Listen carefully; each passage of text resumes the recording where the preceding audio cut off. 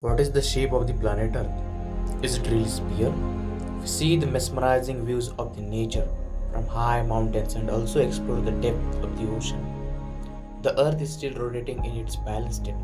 How does it balance itself? Let's find out the answer.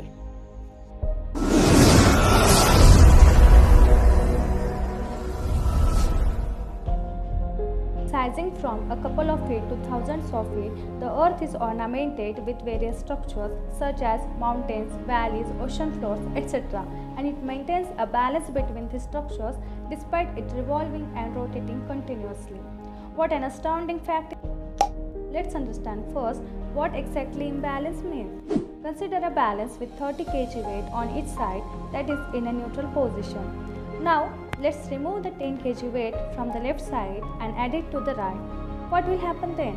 Simply, the left side will rise due to a decrease in weight, while the right side will lower down due to an increase in weight, resulting in an imbalance between the two sides.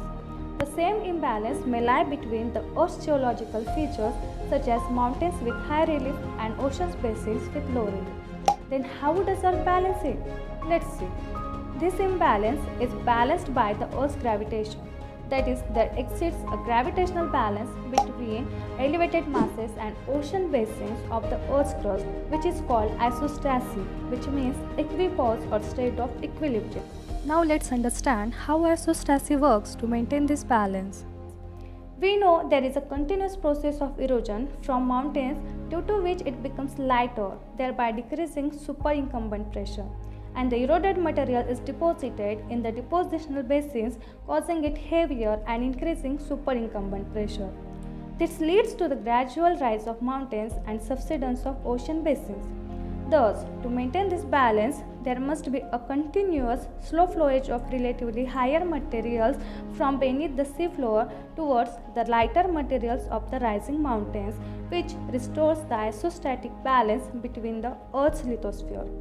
Now, according to the law of flotation or buoyancy, lighter mountains are floating over the heavier ocean floors. But it is controversial that some scientists support it and some are not. Now, who proposed this concept of isostatic balance?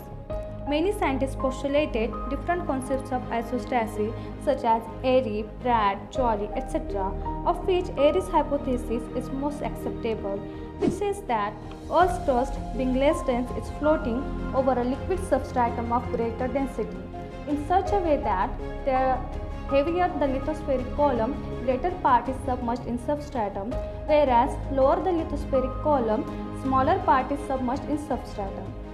This is a little introduction to the isostatic balance of Earth. Stay tuned for more exciting videos.